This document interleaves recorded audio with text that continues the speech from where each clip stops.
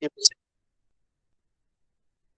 então, começando a falar da situação dos livros da FUVEST, é importante saber, não é demais lembrar, que a aula de livro nenhuma substitui a leitura e o contato com o material literário. Isso é importante vocês saberem, porque o que a gente vai fazer aqui, longe de ser perda de tempo, também é longe de ser uma leitura atenta da obra literária. Só que, no caso em específico do Alguma Poesia do Drummond, a gente tem um livro que ele é muito curto, é um livro com poucos poemas, não chega a 25 poemas, são poucos poemas. Daria para que, se a gente tivesse afim, fazer uma aula onde a gente lê todos os poemas. Com um pouco mais de tempo a gente faria isso. Mas isso também não ajudaria no intento principal dessas aulas, que é preparar vocês para as provas do vestibular. Mais vale a gente fazer aqui uma seleção de algumas poesias e delas a gente fazer uma análise um pouco mais aprofundada. Essa é a ideia. Hoje eu não sei mais onde eu estou. Agora tá uma coisa louca, hein? Eu vou desligar essa aqui. Bom, então, vai ser a partir disso que nós vamos fazer uma análise, em um primeiro momento, do autor e dessa obra, e no segundo, do autor e de sua obra, e num segundo momento, aprofundando mesmo, fazendo leitura de poemas que estão presentes no livro Alguma Poesia. Então, algumas considerações a respeito desse primeiro livro. O primeiro deles é que, apesar de ser uma literatura modernista no seu mais alto grau de características ricas, ela é, para efeitos da obra do Drummond, uma obra um pouco dissonante, uma obra um pouco diferente. Vou te explicar por quê. Essa obra, que é publicada em 1930, ela é a obra de estreia do Carlos Drummond de Andrade. O Carlos Drummond de Andrade vai ter uma produção muito extensa, vai produzir até próximo da morte dele, lá com 80 anos. Então, naturalmente, que a produção literária dele vai se mudando com o passar do tempo. Nesse primeiro momento, a gente tem o jovem Drummond, o Drummond que nunca tinha publicado nenhum livro. Já fazia algum sucesso no meio literário, porque publicava nas revistas e nos jornais um ou outro poema. Mas esse é a primeira obra literária que ele está publicando. Chama-se Alguma Poesia. E também a importância desse livro, que alguns dos poemas, eu separei no nosso slide, tá?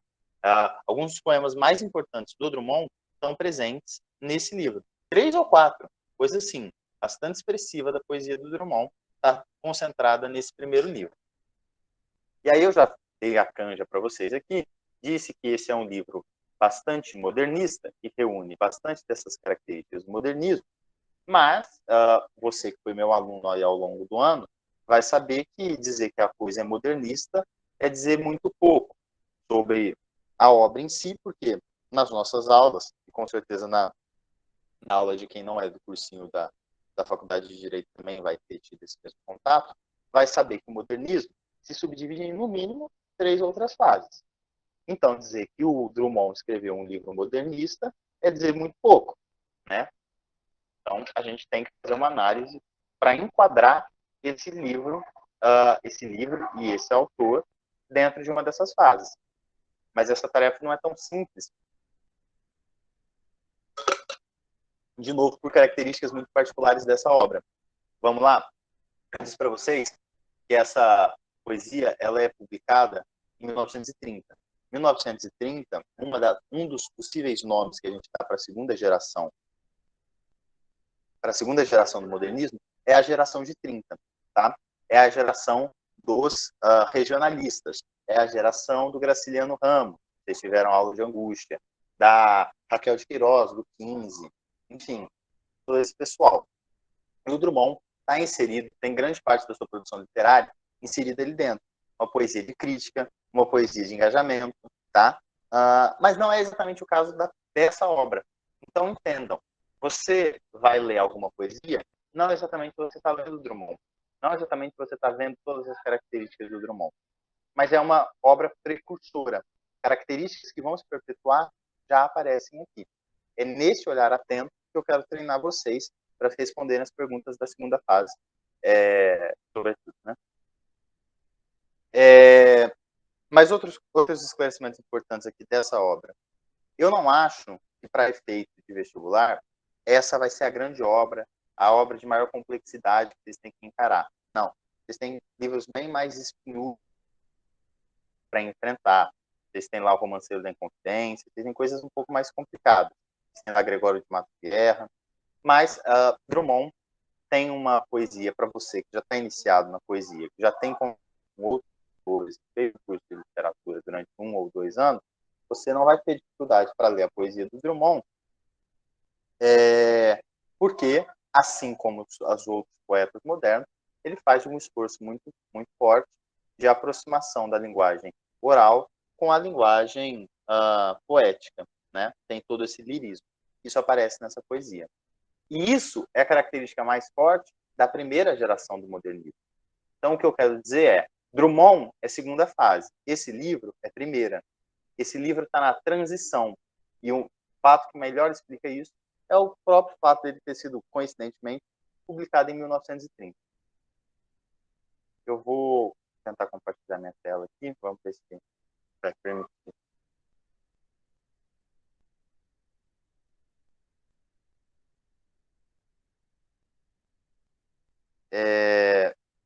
Eu acho que vocês estão vendo, né? Alguém, Fer ou algum aluno, pode, por favor? Ó, pra mim tá tudo branco, mas estou vendo uma tela, assim. Tá carregando ele, tá recarregando. E falar um pouco do Drummond, também enquanto autor, né? Drummond é uma pessoa que está muito presente. O Drummond é uma pessoa muito comum no tipo brasileiro. O Drummond é um cara, funcionário público, classe média baixa, teve lá de uma classe média, chega à classe média alta mais no final da vida, mas é uma pessoa que teve ali certa estabilidade financeira a vida toda e, vindo do interior, lá onde seu pai era uma pessoa muito importante, saiu lá de sua cidade, Itabira, no quadrilátero periferia, e veio estudar farmácia, tá? E depois chega a estudar também medicina em Belo Horizonte, mas acaba se formando em farmácia, aonde chega de fato a exercer, mas por pouco tempo. Uma vez funcionário público, ele vai ser assim vai ficar de certa forma estagnado desse ponto de vista durante quase toda a vida. É um elemento muito importante que incomoda o próprio autor, não nesse livro. Esse livro é um livro mais nostálgico. Esse livro fala alguma poesia, fala do Drummond sem saudades de Itabira. É o Drummond nostálgico, tá? E é o Drummond tá olhando para o mundo, é um Drummond extremamente otimista, tá? É mais um ponto aí que faz essa obra destoar dos outros Drummond. Ele está, de certa forma, otimista com o mundo da primeira metade do século XX, com as conquistas, com as lutas, com o avanço do comunismo. O Drummond, sim, com certeza, tem seu viés progressista, mas foi filiado ao Partido Comunista Brasileiro por um único dia, como se quem fosse lá para dizer que foi um dia filiado, e no outro já havia dado baixa na sua filiação ao partido.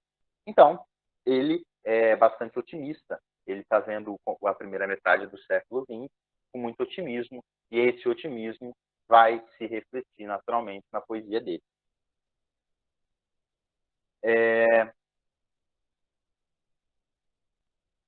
Como é que está a qualidade do tamanho das letras? Porque eu penso que se eu... Eu consigo ver. Tá dando pra Eu ler queria... bem. Tá dando para ler bem, tá? Essa é a Mas minha se você maior quiser preocupação. apresentar, mas Então, mas acho que tá. é porque eu não vou mais ver chat nem nada. Ah, é E aí eu não queria. verdade. Não, eu acho que eu Então, tá vou, hein? bom. Agora Eu tá acho tudo que... preto. Ah, não, agora Pronto. foi. Agora ficou legal. Tá Agora bom. ficou legal. Bom, eu vou até voltar aqui. Beleza, vamos lá. Ficou legal. Só um minutinho, gente.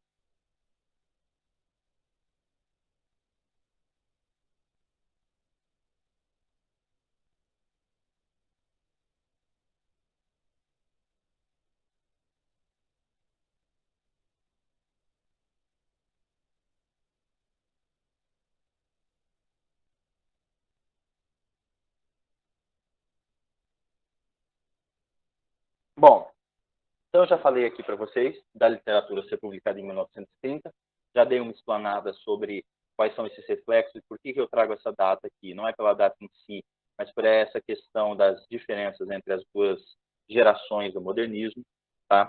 Coloco isso até ali embaixo, né? Explicitamente. E depois estava falando sobre o encantamento do mundo moderno, como o Drummond fica encantado com as possibilidades. Tá? Isso tem a ver também, não só com um sentimento particular de Drummond, mas um sentimento generalizado ali dessa primeira metade do século, que são as vanguardas europeias. Vamos lembrar que em 1922, teve a Semana de Arte Moderna. Vamos lembrar que é um momento de otimismo para todas as artes plásticas, não só aqui, mas no mundo. Isso não vai ser diferente em Drummond. Tá? Mas não é isso que torna ele um clássico. Tá? Não é o fato dessa obra se comunicar bem com o contexto em que ela foi criada que a torna um clássico. Pelo contrário, o que torna um clássico é a sua atemporalidade. É o fato de que aqueles temas, aqueles assuntos ali abordados não saem de moda, não deixam de fazer sentido e não perdem a sua relevância. É isso que torna os livros um clássico. E o Drummond, não só o Drummond, mas outros autores importantes da literatura brasileira, fazem isso de uma maneira muito genial, que é a dialética entre local e universal. Esse é um conceito que o Antônio Cândido, que é o autor que está listado aí, ele é um crítico literário muito importante no Brasil, muito ligado à USP. Então, você que vai prestar FUVEST, fique sempre atento, você não vai ser raro, vai encontrar um texto ou do Antônio Cândido ou do Roberto Schwartz, que também é outro crítico literário que a gente fala muito aqui, quando a gente está falando principalmente de Machado de Assis, né? A gente falou de Quincas Borba, eu falei bastante de Roberto Schwartz, e aqui Antônio Cândido vai trazer sua dialética do local e universal para mostrar que, assim como Drummond, assim como Guimarães Rosa, vão fazer problemas universais como o amor, a inveja e outros sentimentos tão universais caberem dentro da realidade de Itabira, dentro do interior de Minas. É isso que Guimarães Rosa, também ali na terceira geração, faz. Então não é diferente. O ponto é que, quando a gente está falando de Drummond, ele está falando de uma lírica. Isso é bastante diferente se você for parar para pensar dos outros autores dessa geração. Eu queria agora mudar de slide para a gente seguir para análise mesmo. Como eu disse, aqui nesse primeiro livro, a gente vê uma diferença entre obra e autor enquanto produção literária. Essa é uma obra muito dissonante. O que eu fiz? Eu separei ela nos seus 3 eixos principais. Em alguma poesia, lá nos seus poucos 20 poemas, ele vai trabalhar 3 aspectos principais: a sua conexão com a ancestralidade. Mas cuidado, tá? Eu tenho medo de colocar isso dessa forma, e alguém, um bom aluno aí, lembrar de um poema que ele escreve para o pai, ou de algum tipo de relação dele com os seus parentes. Aqui não. O que eu estou querendo com ancestralidade é o lugar dele, a vida simples na cidadezinha onde ele cresceu. Esse é o primeiro grande eixo temático dessa obra. O segundo é o eu, é o metafísico. É ele falando dele mesmo. É a posição desse Drummond diante do mundo. A gente vai ver que é uma posição que começa a se desenhar aqui, mas que vai seguir quase que a obra literária do Drummond inteira. É a questão do eu sozinho, é a questão do eu distante, é a questão do eu que se coloca distante. E a última ponta, e o último grande eixo temático, é, de certa forma, uma metalinguagem. Ele, na poesia, falando sobre escrever poesia. Tá? A linguagem falando dela mesma. Isso que é metalinguagem. Muito bem. Vamos passar para... Antes de entrar de fato, eu queria ver se tem alguma dúvida, algum apontamento. Quanto à contribuição de vocês. Nós temos pouquíssimos alunos hoje. Hein? O horário é ingrato. O horário é ingrato.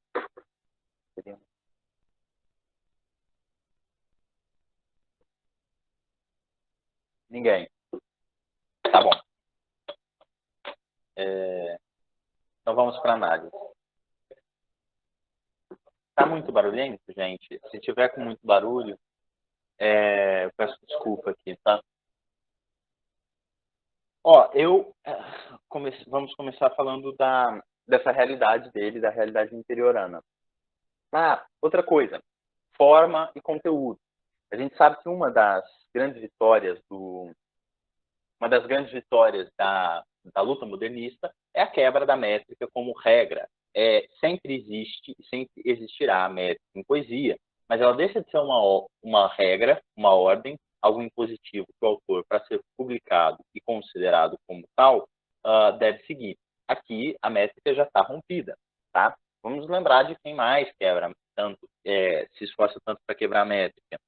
A gente tem Mário de Andrade, Oswaldo de Andrade, Graça Aranha, Manuel Bandeira e Drummond. São alguns poucos nomes dos tantos que quebram a métrica. Aqui nessa obra e na literatura do Drummond todo, a gente vê os versos livres, a gente vê cantigas, que seriam aqueles 5 versos, aqueles versos de 5 sílabas poéticas, e a gente vê os clássicos sonetos de 10 sílabas poéticas. Eles nunca deixaram de existir. Mas vamos fazer, então, a leitura desse primeiro poema. A rua é diferente. Na minha rua estão cortando árvores, botando trilhos, construindo casas.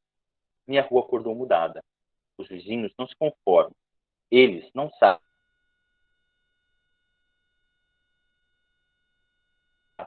e se divertem com os andantes, a luz da solda autógena e o cimento escorrendo nas ruas. O que está acontecendo?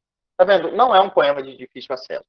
Eu dei aula de Gregório de Mato Guerra para vocês, e aí a gente lia um poema, tinha que reler, tinha que procurar entender o significado de uma palavra diante daquele contexto. Era uma coisa muito mais truncada.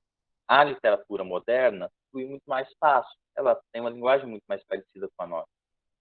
Na minha rua estão cortando árvores, botando trilhos, construindo casas. Minha rua acordou mudada.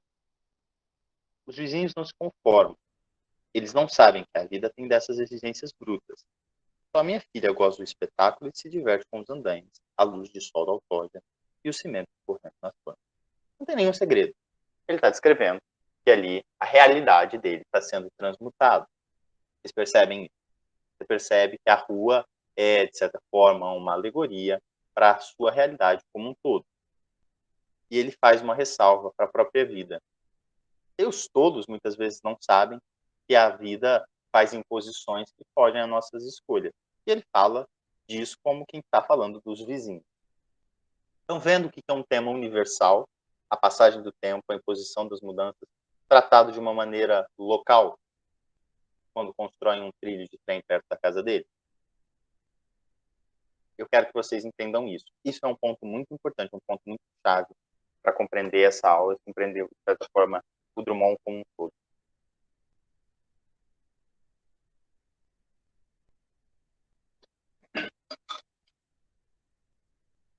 Ainda nessa mesma pegada, eu vou fazer essas leituras, depois a gente pode debater um pouquinho.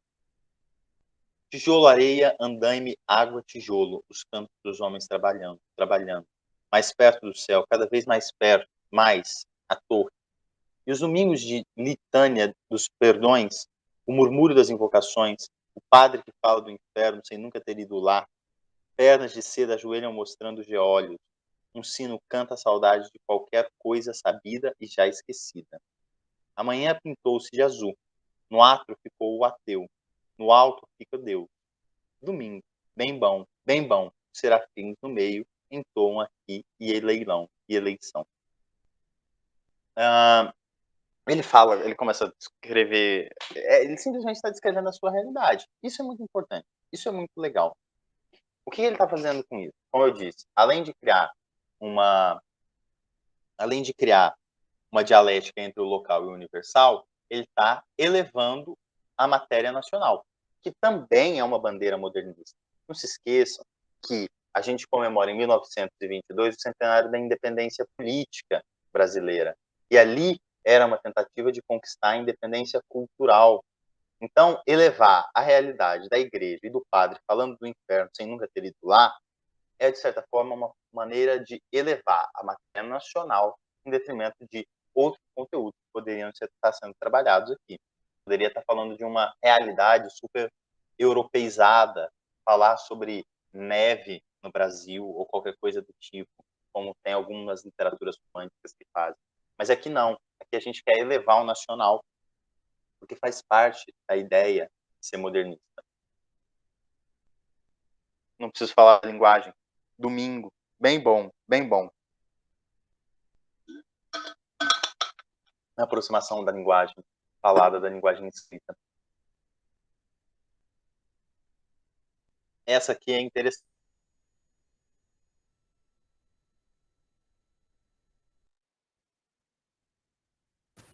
Pato, o som parou de sair aqui. Não ia dar para vocês lerem. Agora voltou. Voltou? Quanto tempo eu fiquei fora? Não, uns 4 segundinhos assim. Desde que você mudou o slide, se você quiser. A hora que você muda o slide, eu acho que dá uma travada no seu som. Ah, tá. Tudo bem. Não, mas não vou ficar mudando. Vou mudar de vez. Vamos falar agora. Eu lhe descrevi o seu espaço, mas ele, pelo menos nesses 2 poemas, ele quase não emite opinião, não emite valor. Ele basicamente descreve o espaço que vê e fica na dele. Tá certo ali no primeiro que ele fala que a filha dele goza melhor os andaimes e as luzes de solda. Mas não é o Drummond falando. Quase não é o Drummond emitindo a sua impressão sobre aquela realidade. Essa vai mudar nesse poema um pouco e muito no próximo que a gente ainda vai ler. Sociedade. Presta atenção na forma desse poema. Tem travessão, tem diálogo, tem fala. O homem disse para o amigo: breve irei à tua casa e levarei minha mulher. O amigo enfeitou a casa e quando o homem chegou com a mulher, soltou uma dúzia de foguetes. O homem comeu e bebeu, a mulher bebeu e cantou, e os dois dançaram. O amigo estava muito satisfeito. Quando foi a hora de sair, o amigo disse para o homem: breve irei à tua casa, e apertou a mão dos dois. No caminho, o homem resmunga: ora essa, era o que faltava, e a mulher ajunta: idiota, a casa é um ninho de pulgas. Reparaste o bife queimado, piano ruim e a comida pouca? Todas as quintas-feiras, eles voltavam à casa do amigo, que ainda não pôde retribuir a visita. Bom. O nome do poema é Sociedade. Aqui a gente já vê o Drummond, de certa forma, emitindo sua impressão sobre o que é a sociedade. Se ele diz que esse poema é a sociedade e ele retrata no poema pessoas interesseiras, hipócritas, que não são recíprocas em seus sentimentos, ele está, de certa forma, dizendo que a nossa sociedade é que é assim. Certo? É difícil vocês verem isso? Acho que não, né? Mas é legal fazer esse esforço, fazer esse exercício de interpretação.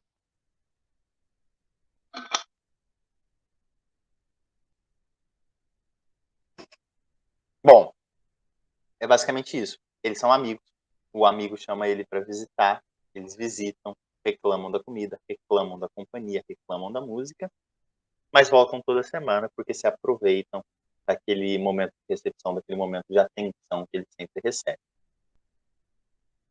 Essa é a sociedade para o Drummond de alguma poesia. Quer ver? Ele vai falar o que ele acha dessa realidade pacata do interior. Agora, cidadezinha qualquer. Casas entre bananeiras, mulheres entre laranjeiras, pomar, amor, cantado. Um homem vai devagar, um cachorro vai devagar, um burro vai devagar. Devagar as janelas olham. Eita vida besta, meu Deus. Parado, não é? Um poema, inclusive, esse poema ele tem métrica. Tá? Inclusive, depois quem quiser fazer o discurso aí de querer me pode ficar. Mas vejam, cidadezinha qualquer. Mas o que deve chamar a atenção nesse poema em específico é o paralelismo que ele faz entre as 3 figuras que estão listadas ali. Um homem vai devagar, um cachorro vai devagar, um burro vai devagar. Ele coloca os 3 em nível de equilíbrio. Ele equivale o homem, o cachorro e o burro. Todos eles devagar, todos eles anestesiados pela realidade pacata da cidadezinha qualquer. É assim que o Drummond se sente diante desse mundo, é assim que ele se sente. Que motiva, tanto se a gente faz uma análise para a biografia dele, que abandona a cidade, que vai viver em Belo Horizonte, vai viver a vida com outro nome, para deixar as coisas para trás, a gente vê que existe um sentimento de muita angústia, de muita insatisfação, uma incompletude muito grande com o que o Drummond queria para a vida dele e a realidade que ele encontrava ali. Então, vejam quais são as impressões que ele cria dessa realidade. Se em um momento ele consegue gozar, inclusive, das mudanças que estão acontecendo na cidade dele, lá no primeiro poema, ele reconhece aqui que as coisas são muito bestas, que isso é vida besta. Ele também revela nesse poema que as janelas olham. É uma figura de linguagem, para dizer que são as cidades, cidade pequena, tem lá aquela sua tia, aquela sua avó que mora numa cidade pequena, fica fazendo fofoca. É um retrato. Esse é o primeiro grande eixo de trabalho desse livro.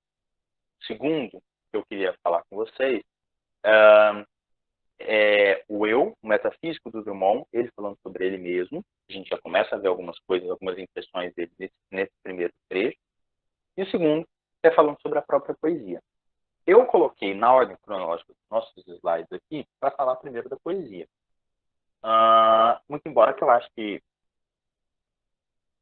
para falar seja mais interessante falar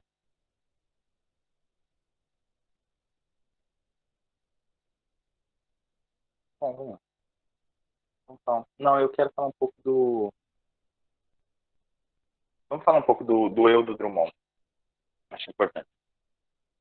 O Drummond, ele é uma pessoa, de certa forma, muito perturbada. Falei para vocês que ele abandona aquela realidade pacata do interior, vai tentar viver na cidade, de fato vive, vira funcionário público, mas vive constantemente amargurado com a realidade que ele deixou para trás. Ele é uma pessoa, ele tem um conflito que fica bem melhor demonstrado na Rosa do Povo, que é um dos principais livros de poesia dele, quando ele fala, posso sem armas revoltar-me? Ele é uma figura que se sente constantemente impotente diante do mundo. Ele vê e passa a ver ao longo da vida as injustiças e raramente consegue modificá-las, raramente consegue fazer algo de efetivo para impedir. Isso causa no Drummond um sentimento de impotência, um sentimento, muitas vezes, de fraqueza, que se manifesta como sua defesa sempre à poesia. Mas vamos ver como o Drummond fala dele mesmo e no primeiro poema de alguma poesia. Poema das 7 partes. Quando nasci, um anjo torto desses que vivem na sombra disse, vai, Carlos, ser ghost na vida. As casas espiam os homens que correm atrás de mulheres. A tarde talvez fosse azul, não houvesse tantos desejos. O bonde passa cheio de pernas brancas, pretas, amarelas. Para que tanta perna, meu Deus? Pergunta o meu coração. Porém, meus olhos não perguntam nada. O homem atrás do bigode é sério, simples e forte. Quase não conversa, tem poucos, raros amigos. O homem atrás dos óculos e do bigode. Meu Deus, por que me abandonaste se sabias que eu não era Deus, sabias que eu era fraco? Mundo, mundo, vasto mundo. Se eu me chamasse Raimundo, seria uma rima, não uma solução. Mundo, mundo, vasto mundo, mais vasto é o meu coração. Eu não devia te dizer, mas essa lua, mas esse conhaque, botam a gente comovido, feito diabo. Esse é um dos poemas mais famosos do Drummond. Ser gauche é ser torto, ser deslocado. Nunca cabe, não tem o seu espaço, não encaixa. É uma tapoer sem tampa. Disse, vai, Carlos, ser gauche na vida. É assim que ele se vê. Quando ele nasceu, alguém disse para ele que o destino dele era não se encaixar. E ele, de novo, se vê muito impotente ali naquele outro momento, mundo, vasto mundo, muito impotente diante dos problemas do mundo.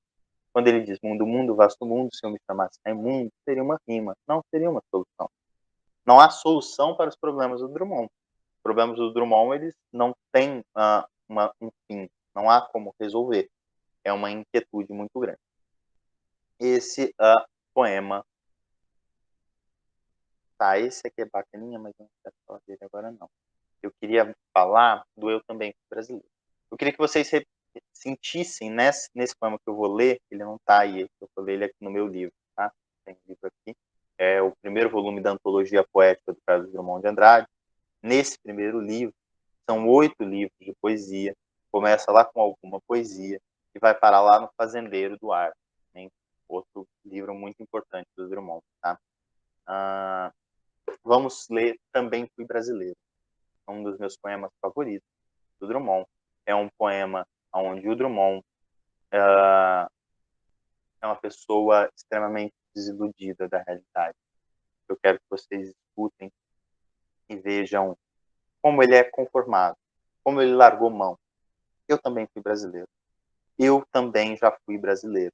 Moreno como vocês, contei viola, guiei forte e aprendi mesa dos bares. Que o nacionalismo é uma virtude, mas há uma hora em que os bares se fecham e todas as virtudes se negam. Também já fui poeta. Bastava olhar para a mulher, pensava logo nas estrelas e outros substantivos celestes. Mas eram tantas, o céu tamanho, minha poesia perturbou-se. Eu também já tive meu ritmo, fazia isso, dizia aquilo. Meus amigos me queriam, meus inimigos me odiavam. Eu, irônico, deslizava. Satisfeito de ter meu ritmo, mas acabei confundindo tudo. Hoje não deslizo mais, não. Não sou irônico mais, não. Não tenho ritmo mais, não. Vejam, esse é um poema que eu gosto muito. Então, mas é um poema que demonstra o conformismo do Drummond no seu máximo. Ele já foi brasileiro. Ele já ponteou viola, ele já tocou viola, ele já paquerou as mulheres dos bares, ele já lutou pelo nacionalismo, mas ele se conformou. Ele pensou. E aí eu imagino aqui, se o vestibular viesse e perguntasse para você indicar no poema qual é o momento do texto, o que aconteceu? Se o vestibular viesse até vocês e perguntasse qual é o momento, qual é o trecho do poema que faz esse turning point, que faz essa virada de jogo. E aí eu quero ler para vocês, eu acho que vocês vão encontrar isso. Eu também já fui brasileiro, moreno como vocês, contei viola, guiei forte, e aprendi na mesa dos bares que o nacionalismo é uma virtude.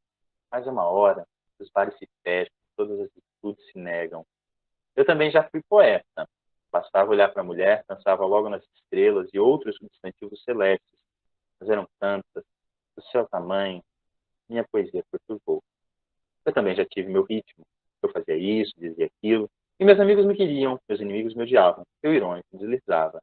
Satisfeito de ter meu ritmo, mas acabei confundindo tudo. Hoje não deslizo mais, não. Não sou irônico mais, não. Não tenho ritmo mais, não. Então, há quebra em 3 momentos desse poema.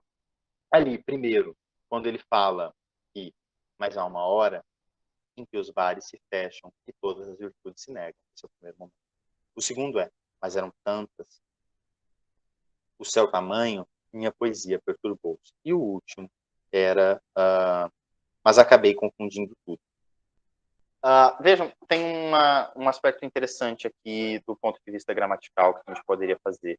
Fazer análise da conjunção adversativa, do mas.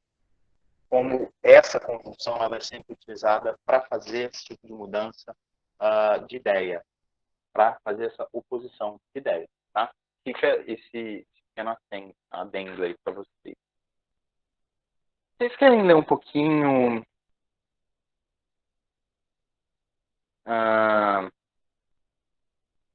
eu vou ler o último poema, que é como ele finaliza esse primeiro livro,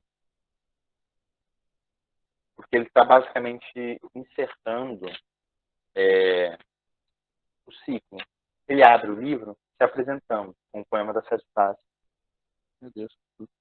Ele abre o livro com o poema das 7 fases, como eu disse para vocês, se apresentando. E chega um momento que ele vai finalizar o livro. Então, ele faz o seu balanço geral lá, numa tentativa de limpar tudo que foi dito, de esclarecer. Poema da purificação. Depois de tantos combates, o anjo bom matou o anjo mau e jogou seu corpo no rio. As águas ficaram tintas, visto um sangue que não escorava. e os peixes todos morreram. Mas uma luz que ninguém soube dizer para onde tinha vindo apareceu para clarear tudo. E outro anjo pensou a ferida, o anjo batalhador. De novo, gente, ele está falando do recomeço, do final. Ele está falando do reinício dos ciclos. Isso tem um significado, como sempre. E no Drummond, em uma certa medida, isso acontece mais no Manuel Bandeira. Mas existe a moral cristã. Não à toa ele traz a figura de dois arcanjos lutando, né? O anjo bom e o anjo mau. Não é à toa. Existe uma herança católica muito forte que se manifesta na nossa cultura. A religião, como manifestação cultural, ela se manifesta em todos nós, ainda que nós não sejamos católicos, como o Drummond não professava exatamente a religião. Pessoal, como é que tá aí? Eu tenho falado bastante, mas não tenho ouvido nada de vocês. Isso não é bom. Estão acompanhando? Tá.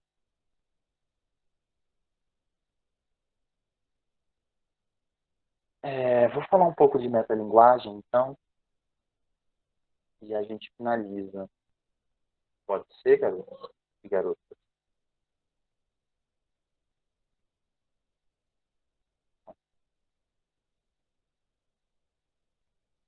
Eu selecionei só 2 de metalinguagem, porque essa é uma visão interessante. É o Drummond, como ele se relaciona com a poesia, como o poeta se relaciona com sua matéria de trabalho. Pato, licença. Oi. A tela ficou preta. Acho que tá recarregando. Recarregando. Tá, tudo bem. Muito. Acho que vai. Qualquer coisa eu posso ler no livro também. É que bom vocês verem.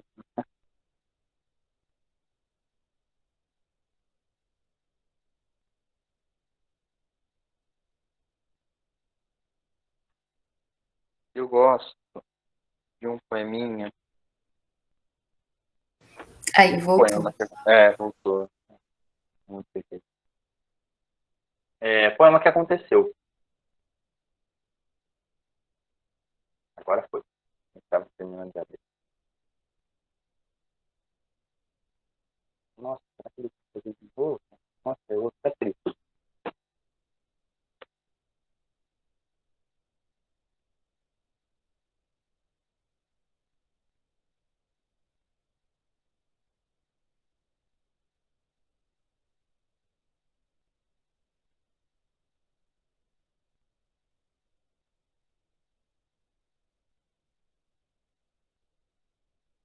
Poesia. Gastei 1 hora pensando num verso que a pena não quer escrever. No entanto, ele está cadendo, inquieto, vivo. Ele está cadendo e não quer sair. Mas a poesia deste momento inunda minha vida inteira. Eu acho fofo esse poema. Ele é um poema que quer ensinar e ensina pra gente a poesia enquanto estado de espírito, enquanto atitude diante do mundo. Há e sempre haverá espaço para poesia. A poesia, ela não é um poema, ao contrário do que pode parecer. A poesia é uma postura diante do mundo, é uma inclinação que as pessoas podem ter, podem ou não desenvolver. O verso está inquieto, vivo, ele está cá dentro e não quer sair. Mas a poesia desse momento inunda minha vida inteira.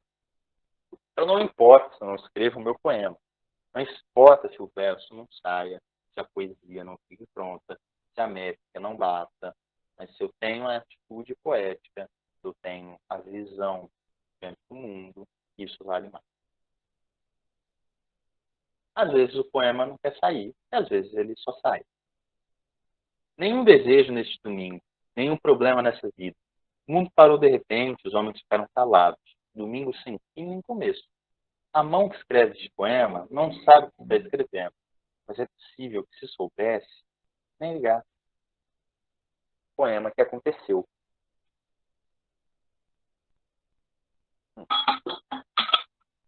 Se a poesia faz parte da realidade desse eu lírico, é natural que ela se manifeste nos mais variados momentos e que ela provoque nele as mais variadas sensações. No momento de inquietude, um momento de dificuldade e, de repente, um momento onde as coisas fluem com tamanha naturalidade que nem a mão mesmo se dá conta de que escreveu um poema. A mão que escreve esse poema não sabe o que está escrevendo. Mas é possível que se soubesse, sem ligar. Escreveu. Escreveu o poema. Eu quero chamar a atenção de vocês para isso. Eu acho que é um eixo que pode ser explorado nas provas da FUVEST.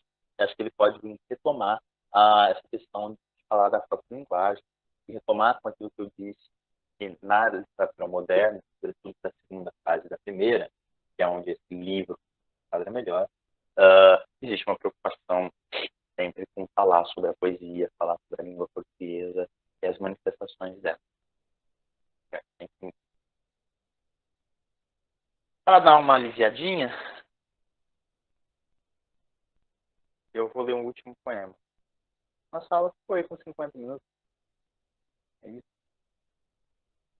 Eu não vou ficar tomando muito tempo com vocês. Eu posso ler esse ou esse. Eu poderia até ler os dois, mas é que esse aqui do meio do caminho vocês conhecem. Tá nesse livro, tá? O poema famoso do Drummond, o do No Meio do Caminho tinha uma pedra no meio do caminho, tá nesse livro. Tá? Saibam disso. Então eu coloquei quadrilha. Também, de uma maneira muito bem-humorada, o Drummond está dando um tapa na nossa cara. Está dizendo da visão dele, do ponto de vista dele, do quão impossível o amor é. Do quão impossível a realidade burguesa do amor é. Do quão inacessível isso é. Bom, vamos pensar um negócio? Ele é moderno, ele está negando a escola anterior. Qualquer escola que vem anteriormente a ela. É o realismo, o romantismo. Aqui, a gente está embatendo, a gente está indo de encontro com as noções burguesas, as noções que foram fundadas e muito bem consagradas dentro do romantismo do realismo. Então, existe um interesse aqui, de uma maneira, a atacar os conceitos defendidos por essas escolas. Vamos ler? João amava Teresa, que amava Raimundo, que amava Maria, que amava Joaquim, que amava Lili, não amava ninguém. João foi para os Estados Unidos, Teresa para o convento. Raimundo morreu de desastre. Maria ficou para tia. Joaquim suicidou-se. E Lili casou-se com J. Cinto Fernandes, que não tinha entrado na história. Bem-humorado, ele descreve lá uma quadrilha, o nome desse poema é importantíssimo. Quadrilha. Ele escreve de uma maneira muito bem-humorada a realidade dos casais, às vezes, e do amor ser um jogo de sorte que muitas vezes traz mais perdedores do que vencedores. E que o amor, muitas vezes, da maneira como ele vem sendo, da maneira como a noção romântica impõe-se, ele é inacessível. É com isso que ele chega e a Lili casou-se com J. Cinto Fernandes, que não tinha entrado na história, e acaba com a quadrilha. Quadrilha aqui, importante esse nome, porque é a dança tipicamente caipira. Inclusive, recomendação para quem quiser se aprofundar um pouco na temática caipira, assistam O Povo Brasileiro. É uma obra muito extensa do antropólogo Darcy Ribeiro, mas assistam no YouTube, ele mesmo produziu o documentário. Assistam um episódio, tem cerca de uma hora, chama-se A Cultura Caipira, Darcy Ribeiro. Assistam, se aprofundem um pouco nisso. Lá vocês vão ver um dos comentaristas, uma das pessoas que apresentam o comentário é o Antônio Cândido, aquele crítico literário lá do começo, que é um grande estudioso da cultura caipira.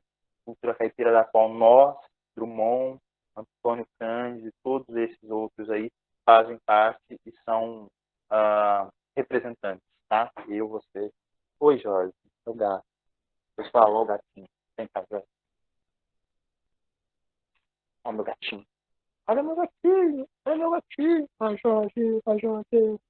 Ai, Jorge, ai, Jorge. Desculpa.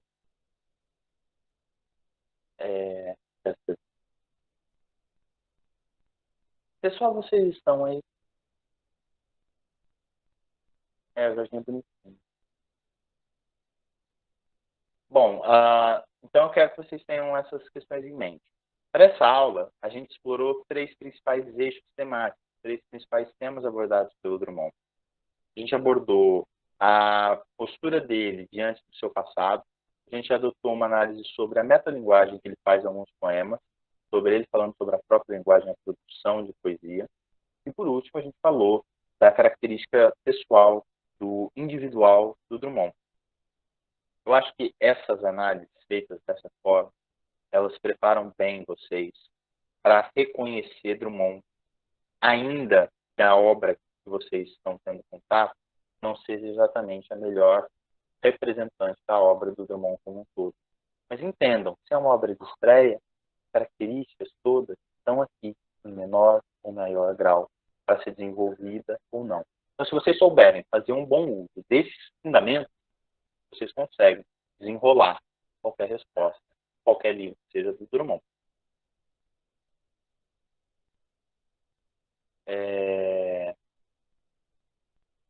Queria reforçar essa questão dos períodos, tá? Ele é da segunda geração. Ele não vai deixar de ser da segunda geração. Ele só tem esse trabalho, esse primeiro livro, que destoa um pouco. Mas não abandona a segunda geração por causa disso. Bom, fico à disposição para dúvidas. Como eu disse para vocês, eu não acho que alguma poesia será um livro de dificuldade. Eu não acho que as grandes dúvidas e os grandes perigos da prova de literatura estarão nas questões de alguma poesia. Não acho mesmo. Mas eu acho que é um livro muito interessante para iniciar a vivência literária, sobretudo quando é poesia. Drummond é muito bom para começar. Pessoal, dúvidas?